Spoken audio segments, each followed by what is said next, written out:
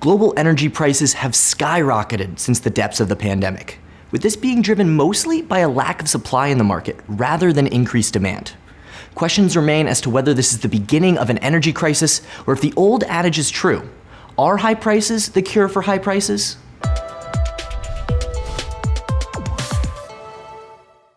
Crude oil is the king of the energy complex, and after falling to negative levels in April of 2020, oil's rapid return to higher levels was viewed as a sign of a robust economic recovery. The issue with this theory, though, is that global demand for oil is still below 2019 levels, with OPEC Plus forecasting that demand will not fully recover until 2022. Today, oil prices sit at over $83 per barrel for WTI crude and over $85 per barrel for Brent crude, with both at levels not seen since 2014. These extreme levels appear to be driven by lack of supply. Earlier this year, in an effort to avoid high prices at the gas pump in the US, President Biden pleaded for OPEC Plus to pump more oil after they had agreed to only moderate production increases through the end of 2021. President Biden's request was quickly rebuffed by the cartel, and alternative sources of supply were considered, even tapping into the US's strategic petroleum reserve, but quickly dismissed as likely to only have marginal effects on easing supply shortages. OPEC Plus production may still be lagging, but this is hardly the only region where this is the case. Since the start of the pandemic, US oil production is sitting at nearly 2 million barrels per day below its pre-pandemic levels.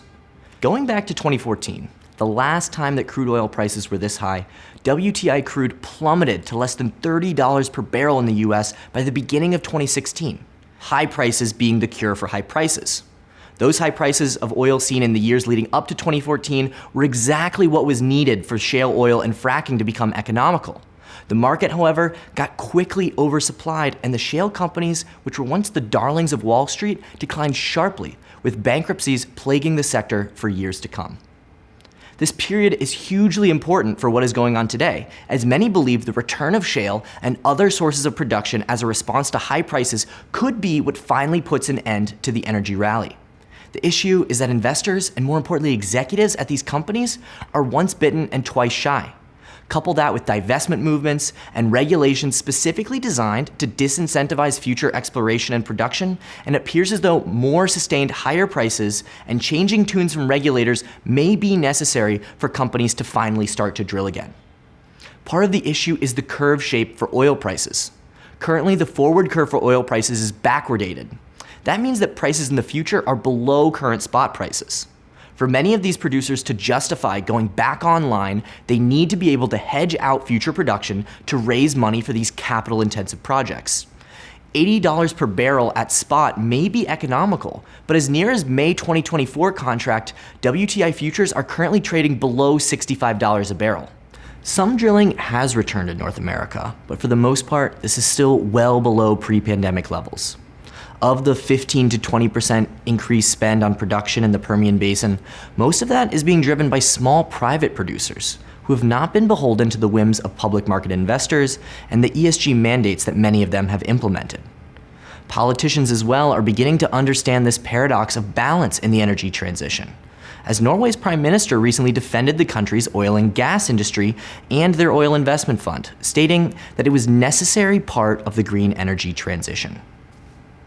Now, the energy complex is more than just oil, and across the entire market, similar dynamics have been playing out, with these price rises feeding on each other.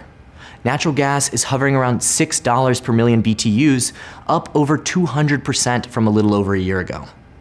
This is partially being driven by dry seasons in China, which relies heavily on hydropower, having to switch to natural gas for this lost energy.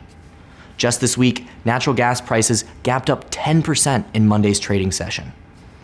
With winter right around the corner and demand in natural gas set to rise, many are turning to Russia as the potential supplier of last resort, especially in Europe. Some, including the Biden administration, have floated the idea that Russia is exploiting this crisis and using natural gas as a weapon to force Europeans to give on big political issues. As well, the most unloved energy commodity, coal, has not been spared from this crisis. Coal prices peaked out over $260 per ton recently and have hovered around these levels. This is after an over 300% increase in coal prices since the same time last year, and an all-time high for the commodity as measured by futures prices. Coal may be the number one target for ESG efforts to decarbonize energy production, but it appears as though policy might have gotten out ahead of demand. China still uses coal as its number one source of energy production, but it has recently fallen into a supply shortage. Over the last few months, national coal inventories fell to levels not seen in decades, prompting response from Chinese authorities. China's National Development and Reform Commission has ordered Chinese coal companies to produce as much coal as possible. Coal output has increased, but only modestly, meaning that China might have to turn to imports to meet this demand. Altogether, though, this may be too little, too late when combined with natural gas shortages, leading some analysts to believe this may not be enough to avoid nationwide power rationings this November and December. The energy crisis for fossil fuels seems to be a supply and policy-driven issue, but other energy commodities have also been on the rise.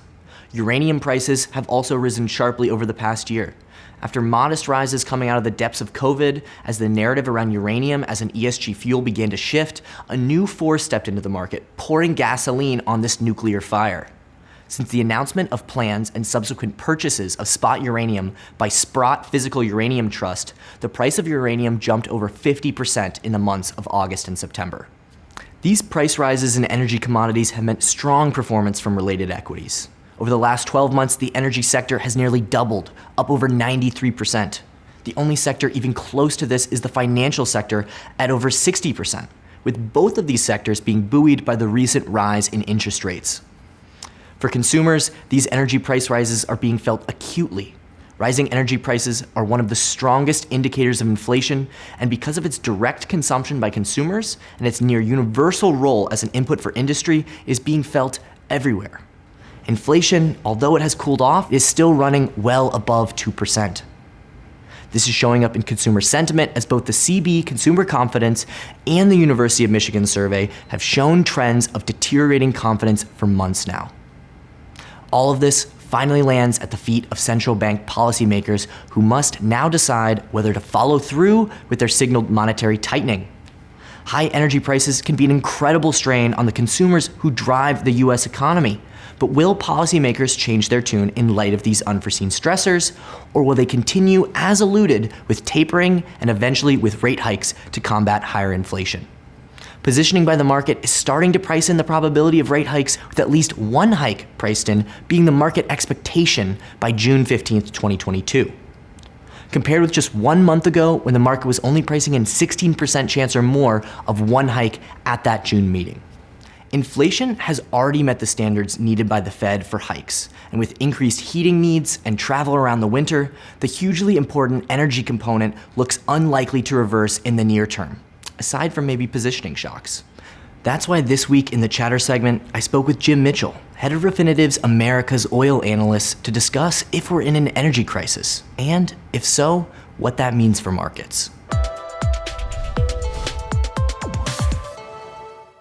Jim, welcome back to the Chatter segment here on The Big Conversation. Excited to have you.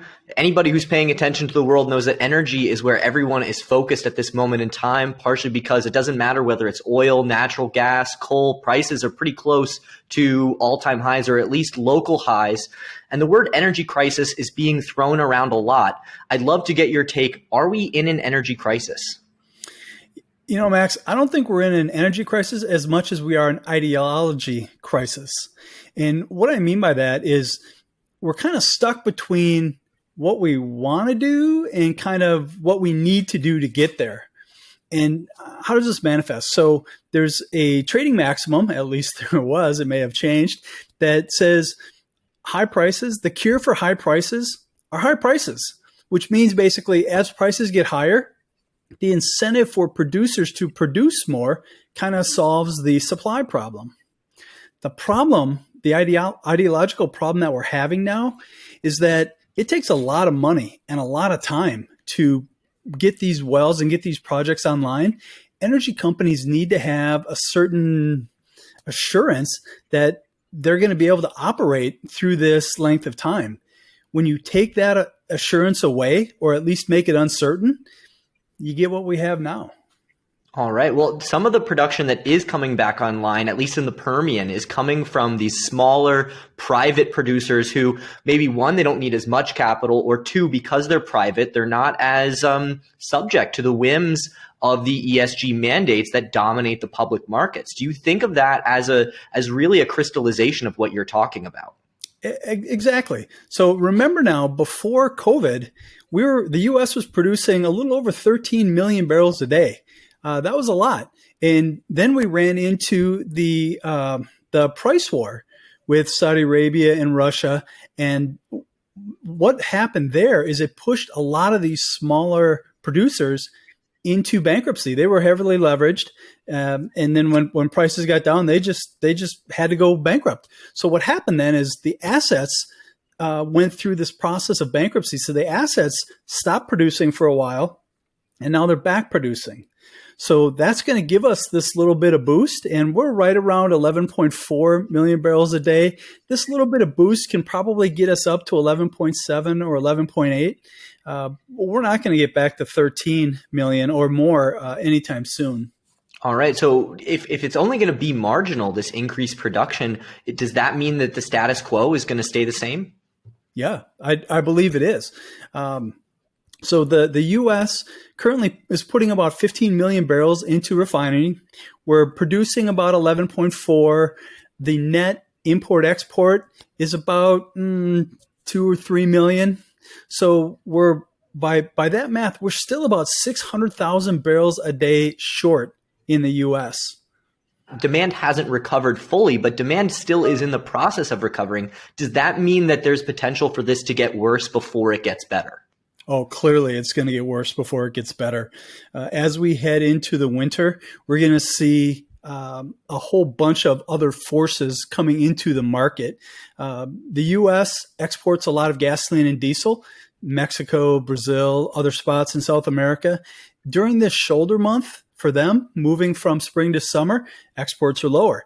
As we get into our winter and their summer, there's going to be an increased bid for these U.S. barrels. And then what about the other energy commodities beyond oil? It seems like natural gas, coal, the higher prices seem to be feeding off of each other as the rotation between these commodities for things, at least, energy production or production of electricity, where you do have some ability to rotate, seems to be causing them to all move in unison. Is that what we're seeing, or are these idiosyncratic rallies that just happen to be happening at the same time?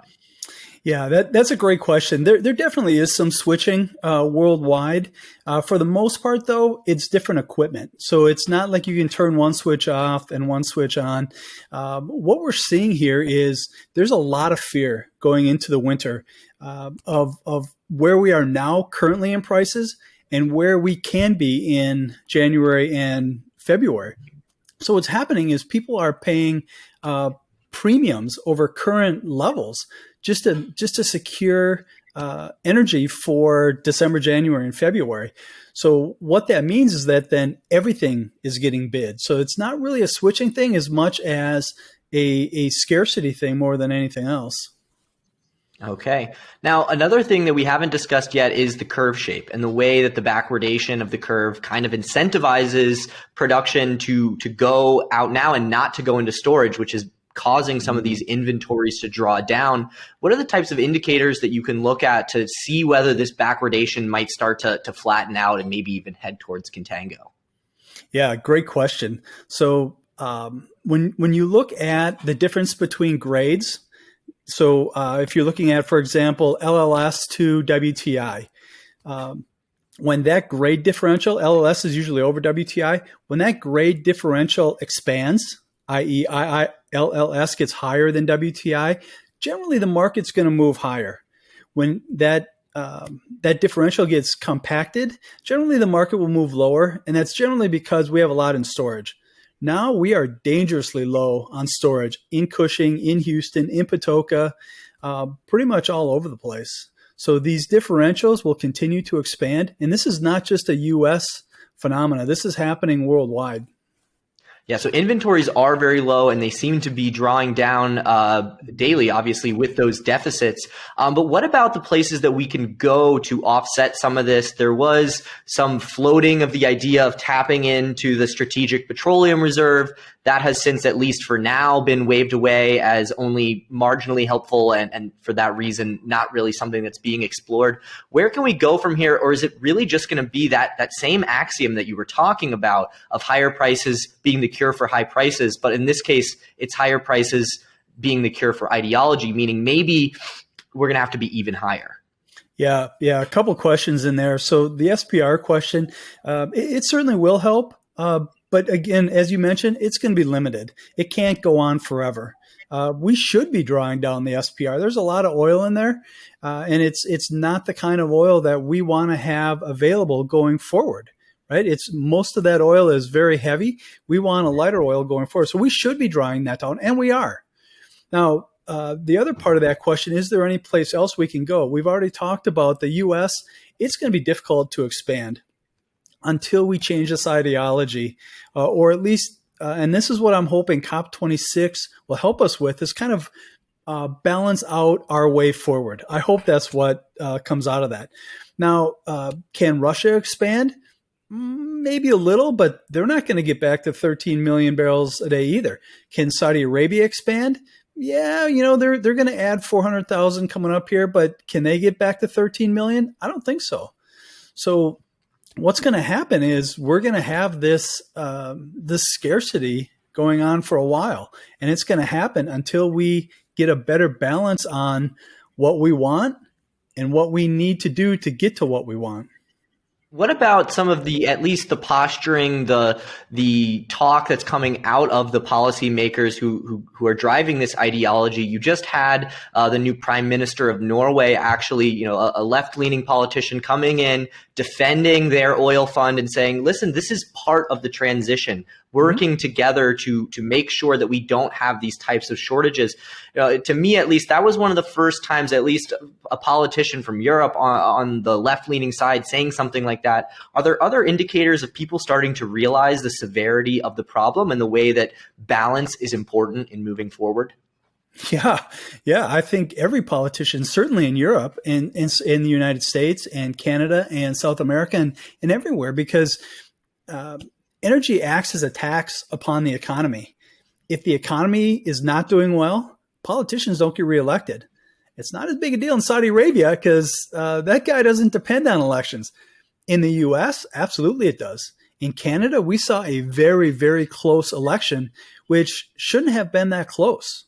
I guess I'm asking, are you starting to hear changes of tune? At least the Norwegian prime minister, that seemed to be a change of tune from at least what he was saying before. Yeah. You had Biden earlier this year asking OPEC to pump more oil, but still not doing anything in the U.S. Where are we in terms of the politicians who, at least at this point, have been on the other side of the ideology, starting to move more towards the middle in terms of thinking about how fossil fuels at least fit into the transition to green energy, maybe not the future, but the transition? Yeah, and we have, and you mentioned President Biden, and we've seen President Biden. He's getting pulled a couple different ways. His party has a group of progressives who are kind of leading this ideology, and this group of moderates who are really saying, hold up here, the math doesn't work. We need to set out a better plan to get to where we want to be. And I think that group in the U.S. is starting to get a little more credibility. We've seen the senator from West Virginia gain a lot of credibility over the last couple months. He's one of the principal drivers of this kind of centralist thing. So how does that manifest? President Biden is, his group, actually not him, but is allowing more permits. Right, more permits in the Gulf, more permits on federal land, which is upsetting some side, the progressive side of his party, but it's kind of appeasing the moderates. But with that said, it still takes a couple of years. Once that permit gets in, at best, it's going to take a couple of years to get that hole punched in the ground and get oil out of there. All right. So I want to leave it on this. We alluded to the idea that it is likely that it will get worse before it gets better. What does worse mean in this case? How high could oil prices go? And what is the sort of time frame? You talk about years to really get these things up and running. Yeah, great questions. So a couple of prominent banks have upped their oil perspective going out to 2023. Um, Most of that is kind of where we are, give or take. A couple banks went a little bit higher. There's some whispers in the market that this time next year we could, or by the time this time next year, we could see record prices. Wow. All right. Well, Jim, it sounds like we'll probably have to have you back again soon, as this isn't going anywhere anytime soon. Thank you so much for coming back on the big conversation. My pleasure. We'd like to remind you that if you have any questions about topics covered in this episode or topics you'd like covered in future episodes, please post them in the comments below. Thanks for watching.